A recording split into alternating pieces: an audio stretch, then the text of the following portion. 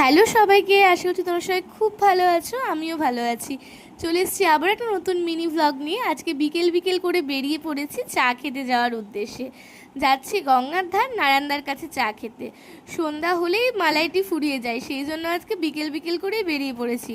আমরা তিনজন 3 কাপ চা নিয়ে নিয়েছি। চা খেতে খেতে অনেকক্ষণ আড্ডা দিয়ে নিলাম, তারপর চলে এসেছি মোহনে।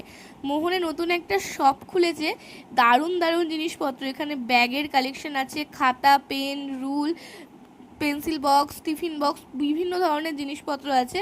ওই শপটা ফার্স্টে ঘুরে নিলাম, তারপর চলে এসেছিলাম মোমোসুতে। মোমোসুর কালেকশনও খুব সুন্দর।